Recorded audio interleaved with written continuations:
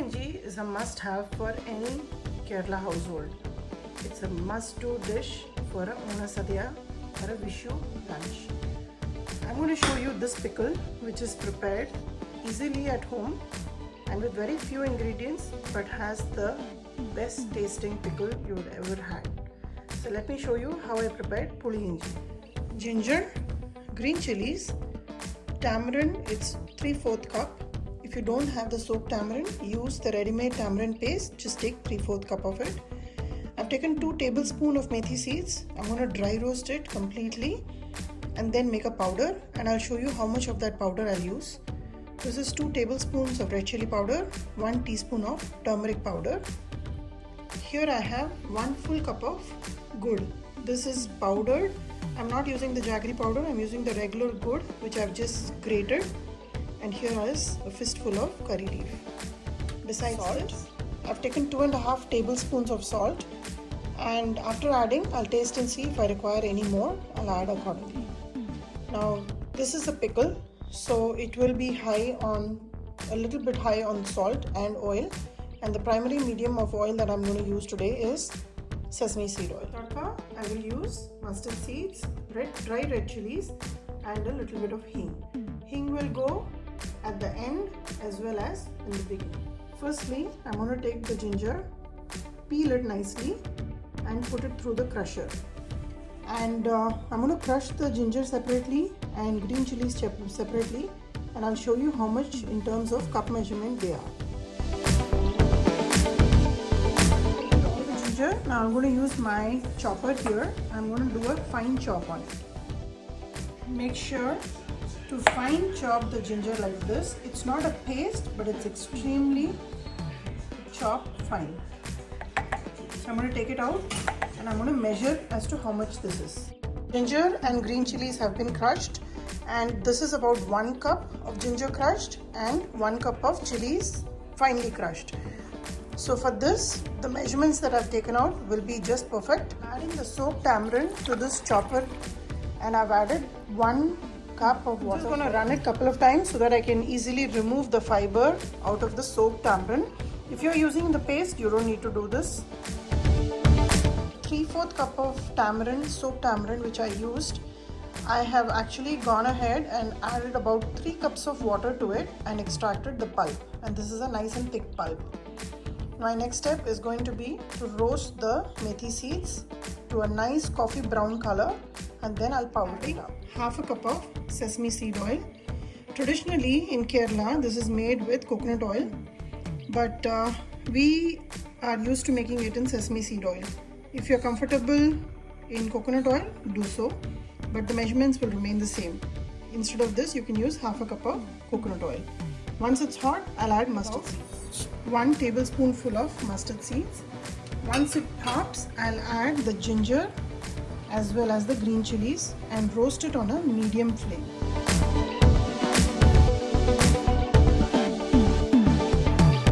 The ginger and green chili is getting roasted. I'm going to add the methi seeds to the kadai and dry roast it till it's a nice coffee brown. I've been toasting the ginger and the green chilies for about 5 minutes now, and you can start seeing that it is sticking to the bottom, trying to stick. But at this stage is when we will go ahead and add pretty much all the ingredients except the hing right now. In fact, we'll even add the salt and hing towards the end. So let me start adding the rest of the stuff. In goes all of the tamarind pulp. This is a pickle, and this is going to take a little while to cook, but it does not require babysitting. So once we add everything, we can do other stuff while this continues to cook. After this, add the red chili powder along with the turmeric. You may ask me why I'm adding red chili powder despite the green chilies. Red chili powder has a good color, and it will also combine everything together. Green chili is just outright spicy, but red chili powder will give a good texture to this pickle. Goes the curry leaf and the jaggery, which we measured out. Mix it. And now allow this to cook till a point where the oil will start separating on the side. Now keep this on a medium-low flame and let it continue to cook. Now I'm not adding the salt because this quantity is quite a lot, and as it reduces, if I add the salt now, it will become too much when it reduces. So it's better to cook the pickle down, and then at the final stage is when we'll add the salt. So it will be just appropriate for this pickle. This concoction has to boil for a good 15 to 20 minutes till you start seeing the oil separating on the sides. This methi seeds is completely roasted. There is a difference between being burnt and roasted, but this is the texture and color it should be at. Once it starts popping, you should slowly and gradually roast it till it's nice dark coffee brown color.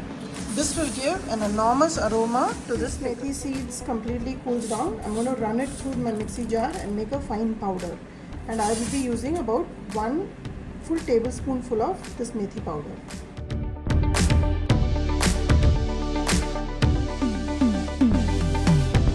About 20 minutes now since I've been cooking this Ingi Puli or Puli Ingi, however you call it.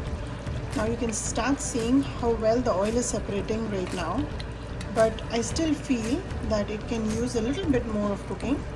So I'm going to allow it to cook down for another 10 minutes and then I'll add some salt. We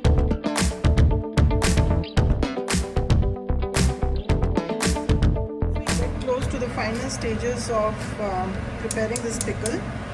I'm going to take the red chilies and I've just broken them down. And to this, I'm just going to add about a tablespoon of oil here. I still have another half a cup of oil which needs to go into the Puli Ingi itself, but that will go in raw towards the end.